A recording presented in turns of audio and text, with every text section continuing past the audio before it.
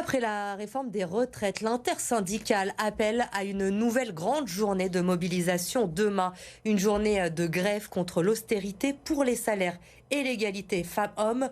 À Lyon, le cortège va s'élancer à midi de la place Bellecour. Il devrait donc y avoir pas mal de perturbations demain. Renseignez-vous avant de vous déplacer. Les 3 grands syndicats de la SNCF appellent à débrayer.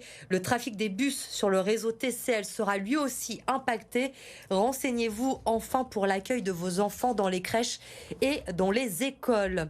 Du côté de la santé, les médecins libéraux du Rhône appellent à un vendredi noir. Ils demandent la hausse du tarif des consultations et ils sont prêts à entamer une grève reconductible. Vincent Chevalier. Tout juste sorti de consultation, Cédric s'estime heureux. Il a réussi à trouver un rendez-vous juste avant le début de la grève. C'est mon épouse qui est infirmière qui m'en a parlé. Parce que justement, je devais trouver une urgence à un médecin. Et elle m'a dit, ça va être compliqué parce qu'il y a la grève. En effet, ce vendredi, les 4 médecins de ce cabinet n'accueilleront pas de patients. Quand je ferme pendant un jour, je me dis qu'est-ce qu'ils vont devenir. Charles Rodriguez, généraliste. En tant que médecin, ça n'est jamais un plaisir. Lui sera même absent jusqu'à mercredi prochain. Il a donc fallu s'organiser. On a prévenu, on a fermé nos agendas. On a expliqué à nos patients, c'est une vraie journée de ras-le-bol. Un mécontentement focalisé sur la revalorisation jugée insuffisante du tarif des consultations, mais pas seulement. De plus en plus de médecins qui s'en vont, des jeunes confrères qui ne s'installent pas, des pouvoirs publics qui ont beaucoup de mal à comprendre le vrai malaise de notre profession. Situation tout de même peu confortable pour certains patients qui, faute de médecins, se tourneront vers les hôpitaux et les cliniques, comme Cécile. Ça va être les urgences qui vont déborder, mais bon, on gérera et on espère ne pas avoir à gérer surtout. De son côté, l'Agence régionale de santé en Auvergne-Rhône-Alpes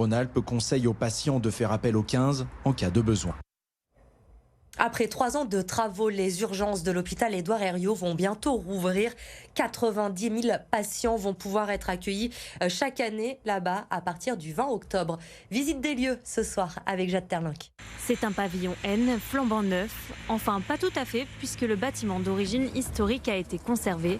Mais le système des urgences a été largement repensé et ce dès l'entrée. Dès qu'on arrive au pavillon N, ce qui est tout de suite nouveau, c'est au niveau de l'entrée. On a 2 entrées. Une pour la présentation spontanée. Le patient qui arriverait soit parce qu'il est envoyé par le centre 15, soit parce qu'il se présente aux urgences de lui-même.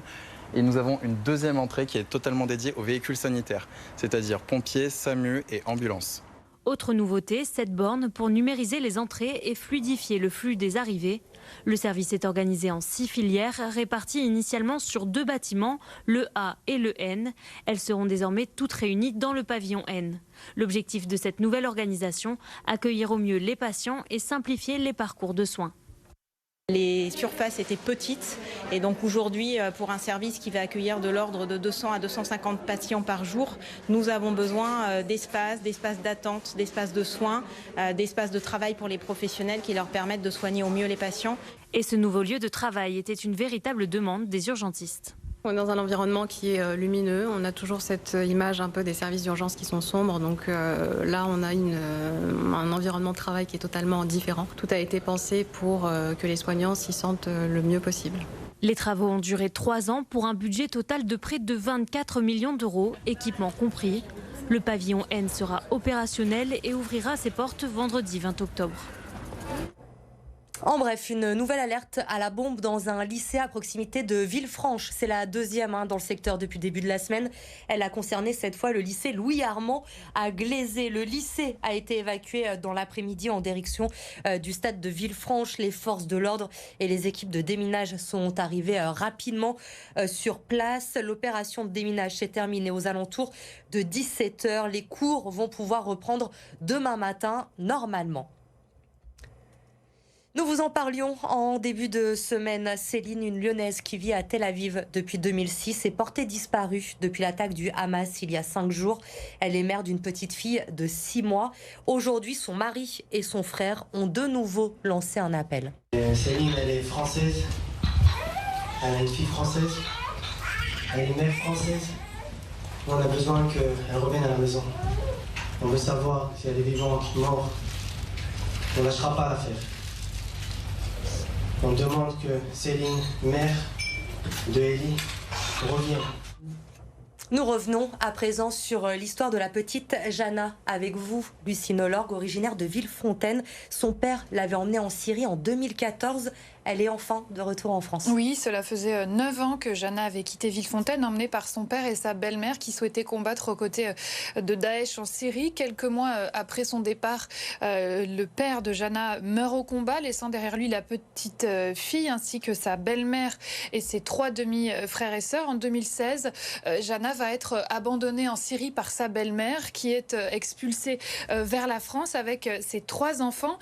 Jana a été confiée à une Libyenne ralliée à la cause de Daesh, puis elle aurait ensuite été ballottée d'un camp de réfugiés à un autre. Son retour en France, elle le doit au combat sans relâche de sa mère et de son oncle qui avait même fait le déplacement en Syrie en mars 2019. Jana est pourtant restée tout ce temps introuvable. Le dénouement s'est donc joué à Istanbul en Turquie fin septembre où elle a été localisée. Sa mère et son oncle ont pu aller la chercher. Jana a désormais 12 ans. Dans une interview accordée à nos confrères du Journal du Centre, son oncle a expliqué qu'il avait pris le temps de lui raconter sa vraie histoire, qu'elle parle toujours le français mais que les traumatismes sont bien là, selon ses mots. Jana a atterri à Roissy mardi. Elle va désormais vivre avec sa mère dans le Loiret. Merci Lucie pour ces précisions. Tout autre chose à présent, l'Olympique lyonnais tente de rassurer comme il peut. Santiago Cucci, le président exécutif, est sorti du silence sur la chaîne du club hier. Non, l'OL n'est pas en danger.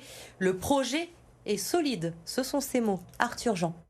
La trêve internationale a fait se délier les langues à l'Olympique lyonnais. Interrogé sur la chaîne YouTube du club, Santiago Cucci, président exécutif de l'OL, a tenu à rassurer les supporters au niveau financier notamment.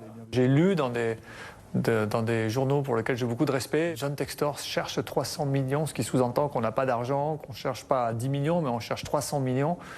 Ce qui est complètement faux et erroné, évidemment. On a une dette de 300 millions, on est juste en train de la réaménager.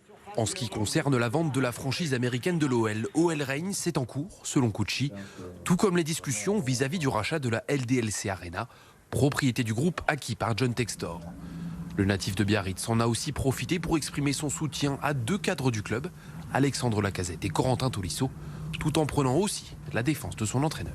J'ai confiance en Fabio, il a un projet et je pense qu'il a identifié les raisons de notre situation actuelle et franchement on le soutient et je pense qu'on va y arriver. Maintenant on est dans une situation assez paradoxale, c'est que ça demande du temps mais on n'a pas de temps, donc voilà où on en est. Des déclarations qui interviennent après une nouvelle rencontre sans victoire des Lyonnais. Le week-end dernier, un match nul 3-3 face à Lorient. Le 22 octobre prochain, c'est contre Clermont que l'OL tentera de décrocher son premier succès de la saison. J-3 avant le quart de finale de l'équipe de France de rugby. Pour l'occasion, la ville de Lyon propose les retransmissions des 2 matchs du jour au Palais des Sports de Gerland. Angleterre-Fidji d'abord à 17h et France-Afrique du Sud à 21h. L'entrée est gratuite, mais il faut s'inscrire avant sur le site de la ville. 7000 places sont disponibles.